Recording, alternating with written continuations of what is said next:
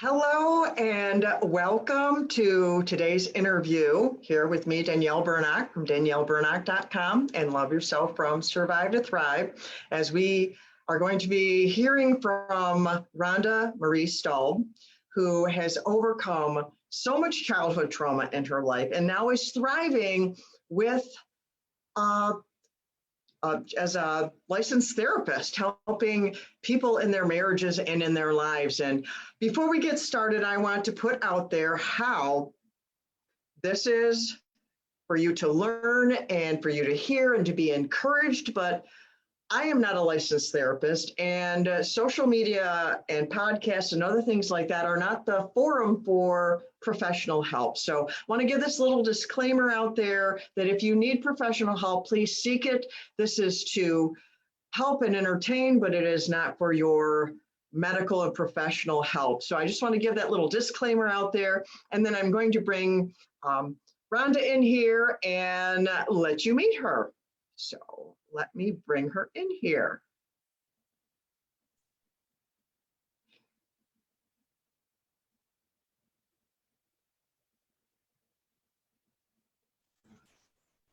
Hello, Rhonda. You are live here on Facebook with me today. Thank you for joining me and agreeing to do this interview and to share your experience and your expertise with our listeners. And today, as we're on Facebook Live, they're watching, but later we'll be on the Victorious Souls podcast and they will get to hear from you. And I'm just so excited that you agreed to do this with me today. I'm glad to be here. Thank you, Danielle. Hi, everybody. Oh, and congratulations. I want to let everyone know Rhonda just got licensed in her second state. She is licensed in the state of Alabama and now in the state of Tennessee also. And she had a little disclaimer she wanted to give you also. So hit it. So right now on this podcast, this is not therapy. And so, we don't do therapy on social media. So if you need professional help, you need to reach out to a therapist in your state. They have to be licensed in your state. So if you live in Alabama or Tennessee, then you have to reach out to me on my website and we'll give you that information after we're done.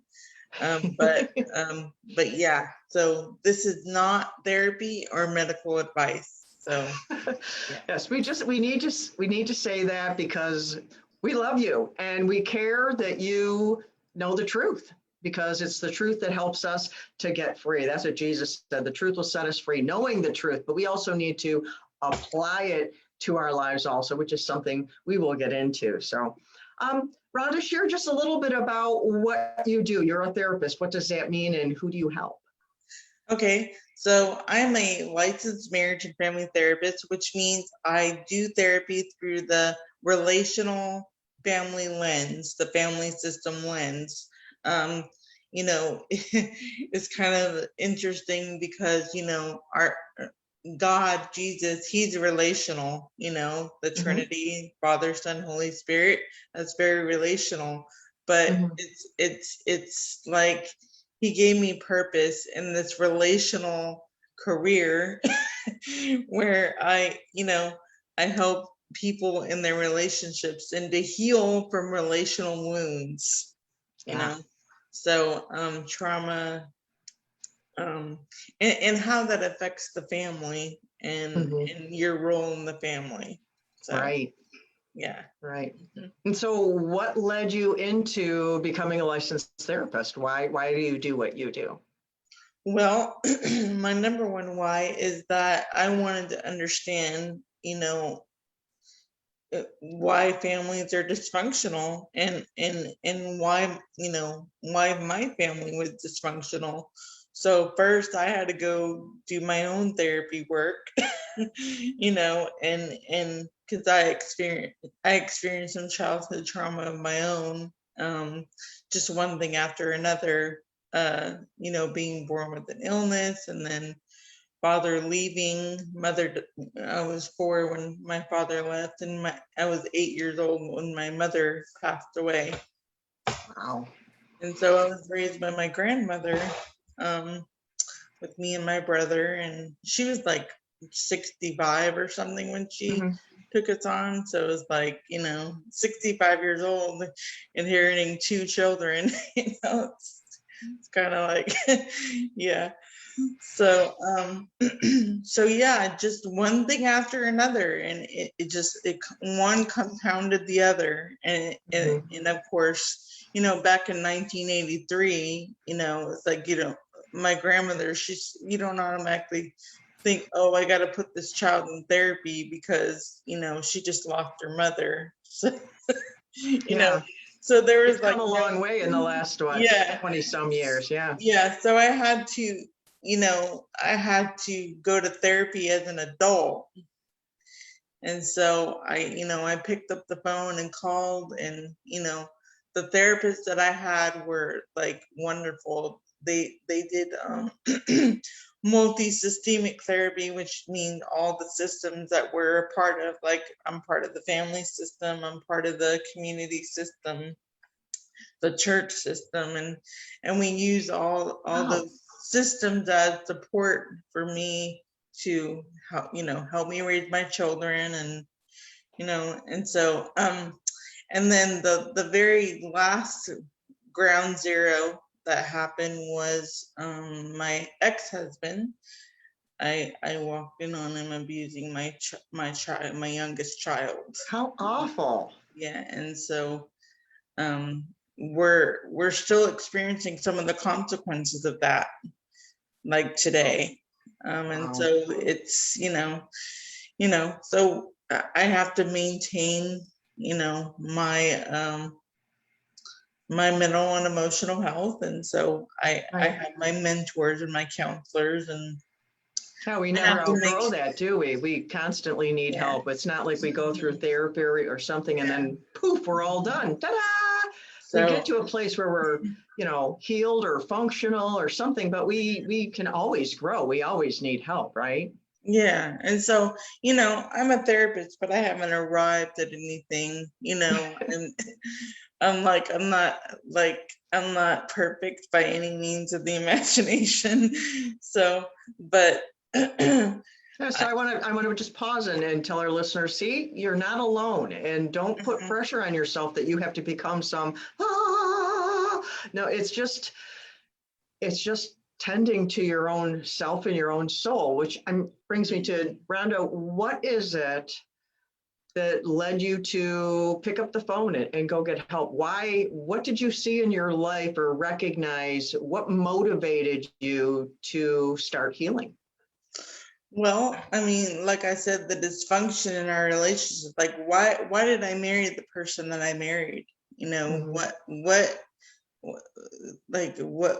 wound in me, or number of wounds in me, like led me to like Be married to that guy who was doing that get stuff. married to. Yeah. Why did I do that? So I picked up the phone and I called and got in counseling, and she did a lot of work, work with me as far as going back to the original ground zero, which is, that father wound of not having the father figure, him abandonment when I was 4, emotional neglect, abandonment. Yeah. And so like that, a child needs both her parents. I mean, it's like, and then the devastation was added when my mother passed away. It's like, that's like compoundedness. You had the dysfunction, which was bad enough, but then they were gone, which created another level of trauma. Yeah. So basically I was orphaned. And so I don't have the orphan mentality anymore, of course. I did, of course, as a teenager and a kid, but I don't anymore because I know I belong to God. I belong to Jesus. And so I belong to him, and now I belong to Doug, my husband now. But I'm sorry, I lost my train of thought. That's okay. We were talking about abandonment and being orphaned, and how you're not an orphan now because God, you belong to God and you belong to your husband. And I can imagine that up. This creates, we black out when we get too much emotion. Like when I get too much emotion, sometimes I get the shivers because our body reacts to when we get a little more emotion than we can handle. So that's probably just a symptom. And once again, to speak to my listeners, it's normal. If you have a physical response to an emotional thing, it's normal. Don't beat yourself up because you lost your train of thought. You started shivering, you started sweating, or you started shaking, or whatever it is that you started doing. Just take a deep breath and give yourself a minute. Yeah. Right? So I'm taking a deep breath. This is hard stuff to talk about, you know, but I mean, I'm not going to become emotionally dysregulated right now because I've done a lot of work and a lot of healing. And so I'm able to have a narrative of my story and be okay about telling it, you know. And so and this is how you heal from trauma, is that you do your work, and then if you're able to develop a narrative of your story without becoming emotionally dysregulated, like a puddle on the floor, like sobbing, you know. Those are all nice therapy words. I would say a difference, like without falling apart is how I would say it in layman's terms. Like but it's the same thing. Apart, that shows some healing, you know. And so so that's the point where you are overcoming. Right. I want to go back to how you mentioned something when we had spoken before, and you briefly mentioned at the beginning how you were born ill. And then you told me a little bit about your brother. What was something that happened to you there? And you mentioned about what you were used to. Can you speak to that a little bit? Yeah, so I was born with hypothyroidism. It's congenital hypothyroidism, where, you know, you have a hormone in your body called thyroid. And so they don't know whether I don't have the gland. They were going to do exploratory surgery to see if I even have the gland. But right now it's not active. I may have it, but it doesn't work. So I have to take medication, and I've taken it since I was probably 2-3 weeks old. And so, you know, my parents were 22 years old when they had me, and so I can imagine how devastating that was to have a new firstborn new baby, you know. With this thing, because I think my mother brought me home, and then I wasn't feeding correctly from what I heard from my nana, and I just was kind of blowing up, and I was sick. I was like, and so I had to be brought back to the hospital and tested and everything. But I think God used that, because now babies are tested before they leave the hospital for this disorder. So, and that's kind of, I mean, that's great, because this was like 1975, you know. Like we said, we've come a long way again. Yes, exactly. I'm aging myself. So anyway. That's okay. I'm older than you. I'm almost as old as your grandmother was when she got you. So so yeah. And so, you know, that was devastating probably to them. And so it seemed, the message that I got was that it was kind of like I was tolerated, you know. And that just, and so then they had my brother. And so this is not even my brother's fault, because he just, you know. Yeah, it's never your fault for being born. No, it's not even my brother's fault. So, you know, there was a lot of favoritism. And you know, and I don't know whether it's because he was a boy or what, but. And he was healthy? And he was healthy, of course, you know, and so, and then even my aunt has said that there was favoritism in her family, that the boys were favored, you know. And so the generations, like their generation, the boys were favored. So then in my generation, the boys were favored. And this is what you call multi-generational transmission process. Is that the dysfunction was passed down to my you know, to my generation. And so those generational cords were, you know, they need to be broken, basically. Wow. And then you talked about what you were used to. That was relating to marrying your first husband, right? that you Yeah, married him? and just I wasn't given the example of, this is I've seen all the men in my family treat women like this is like it's normal for men to treat women like crap, basically. And so Wow. either beating them or verbally abusing them or whatever. And so it's like, okay, this is normal. And so this is, So that's you what I married one went just to. like that. That's what I went to. Wow. I wasn't taught any different. And so, like, I wasn't taught, number one, how, if a man loved Jesus, he can love you. I was raised Catholic, which not to impugn any Catholics, but there was no relationship. There was no teaching how Jesus can live inside me. It was just this A ritualistic. lot of denominations, they don't teach that. It depends on if they believe in the relationship or if it's just religion. So yeah. Yeah, it was just religion. It was just going through the motions, and because so our Catholic friends, they have relationships. So it's like it's about the realness of it. Like you said, back to your style or your way that you do your therapy. It's about relationship. It's all about the relationship. And you talked about the systems, and those seem like those are all relationship based also. And I'd never heard those, the different, it being called that, the systems, the neighborhood or community system, you called it, right? And the community system, the family system, the church, the I don't want to call it the religious system because I don't, but it's just you could maybe call it a faith system because people have faith different faith system. circles. Yeah, that's a good one. So they believe in a different faith and they have a faith community. So a faith community. That's perfect. Thank you. You're welcome. We'll figure this out together because we're here to serve people and not just one segment of people. People who are hurting, we want them to get well because we love them.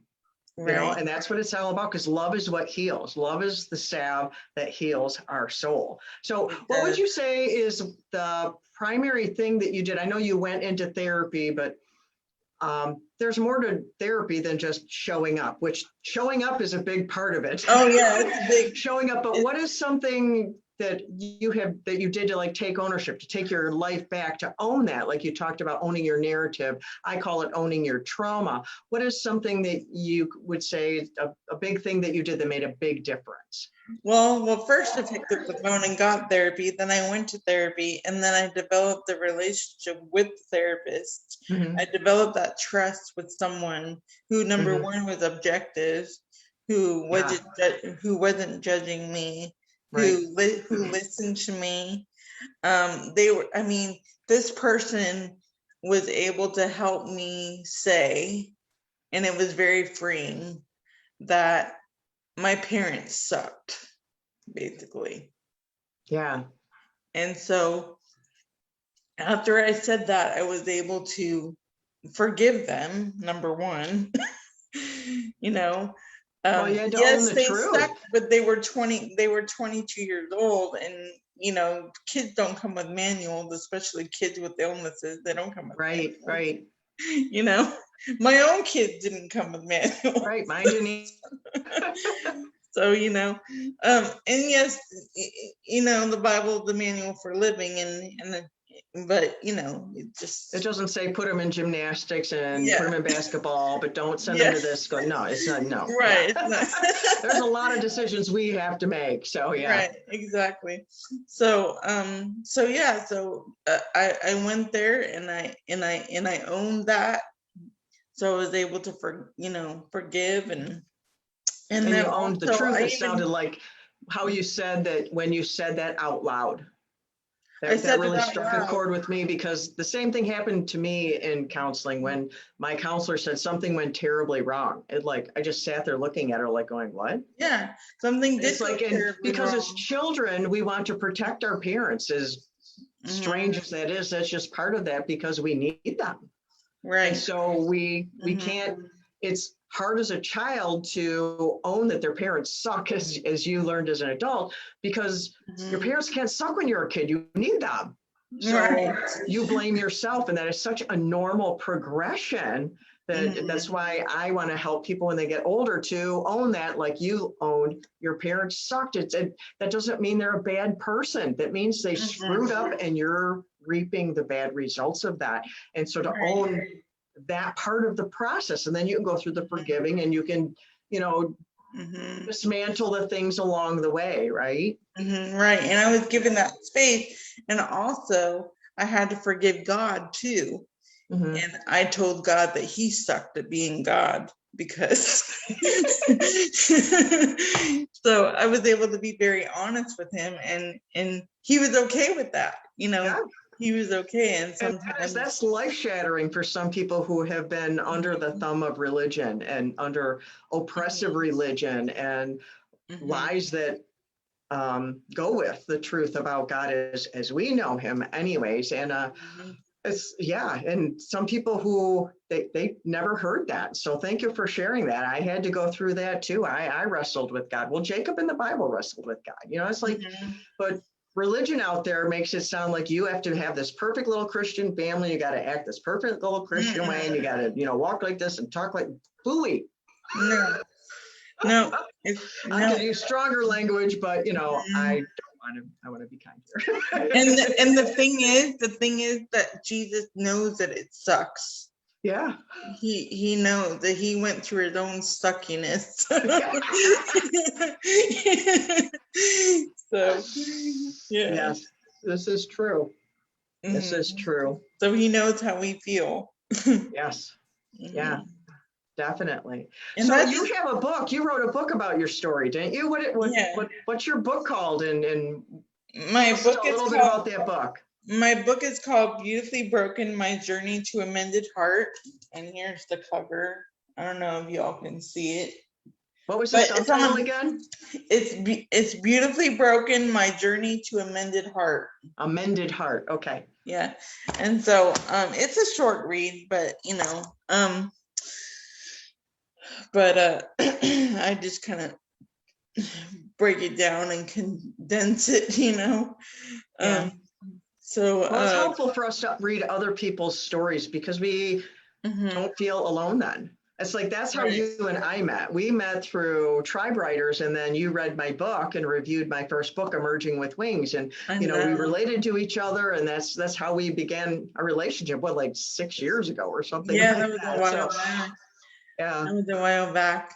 So it's like through the sharing of stories, and I want to encourage our listeners that if you have a story, I want to encourage you to write your story, even if you only write it in a journal and never share it with anyone. Like Rhonda was saying, to own your narrative, and even if you own your narrative in a journal, that's something. If you want to share it with your family, you can go a step further. Whatever is comfortable, whatever works for you, because like I keep saying, because I love you. I'm that lady on the internet who loves you, and I will keep telling you that with every breath I have. And so I just wanted to share that with you. If you have a story, write it down and do yourself a favor. It will help your heart heal. And before we go here, Rhonda, what is one thing that you would give as advice to our listeners? Something that, if they haven't started yet, if they haven't had the courage to own their story, if they haven't had the courage to start, or they aren't even recognizing this in their life, maybe they're in something and they're lost in the weeds. What advice would you give them to take a step or to find out if it is their childhood that's really their problem? Well, pick up the phone and call a professional. I mean, there are people that specialize in helping you through your trauma, and this is an objective person that can give you space to say the truth, and there's no judgment, and so you need that space to do that, because it's so healing when you can like we said before, develop that narrative and have that sacred space of healing, so that you can move forward and not get stuck in the weeds and get stuck at ground zero and keep living that pattern over and over again in your relationships, in your job, and that leads to depression, anxiety, physical illness. I mean, if you hang on to that, It's like, and Yeah. addiction, you know, it also Right. leads to addiction too. So if you have any of those things in your life, you need to pick up the phone, right? Or Exactly. if someone's too scared to pick up the phone, what would you advise them to do? Well, there's hotlines that you can do. You know, technology these days, people sometimes are scared of talking on the phone, so you can do like chatting. You know, Okay. there's you know chat. There's Talkspace. Okay. There's a lot of, you know, there's a lot of online telehealth that you can texting therapy. There's you know, there's different things that you can do. You can go talk to your pastor at church, and he can put you in touch with somebody. Mm-hmm. You can, you know, talking to friends. I mean, that's one thing. Friends are little bit too close, and they might have their opinions, and I don't know how helpful that can be, but It may usually, depend on how deep your wound is and it, how it yeah, may depend on all that. So, but mm, we encourage you to start, right? Do yeah, something. Do do something. something. Call a Even writing in your, hotline or call a even like you therapist said, or pick up yeah, Rhonda's book or pick yeah, up my book, but yeah. do something. Do something. And even like you said, Danielle, writing in your journal, writing it out, getting it out. But because if you internalize all that, it's not going to be good for you. I Oh, promise. yeah, that sounds really good. Yeah, that could be the first place to start. Just write it out and then read it back to yourself and let Mm-hmm. yourself see where you really are. Mm-hmm. Exactly. Okay, So well, thank you for being with us today, Rhonda. I sure. appreciate you sharing this and sharing with our listeners today and being courageous and vulnerable in sharing some of your story. So, and I'll speak with you again in just a few minutes when I wrap this up, okay? Sounds good. Thanks. So, my friends, thank you for joining us today to hear my friend Rhonda Marie Stalb share part of her story. We can't cover her whole story in just this small amount of time, but I hope it was encouraging for you. Pick up a copy of her book, Beautifully Broken, and write that narrative for yourself. And if you're wondering, I don't know if my childhood really had that much to do with what I'm going through, I challenge you, get out a notebook, put yourself in a comfortable chair, and sit and write out. What was your childhood like? Where are you at now? And just read it back to yourself and see where you really are now. Love yourself enough to do something to make yourself be the best person you could be, because you matter. I love you. I'm that lady on the internet who says she loves you, and I will keep doing that, as I say every time. Danielle Burnock from DanielleBurnock.com, and love yourself from Survive to Thrive. Until next time, I love you.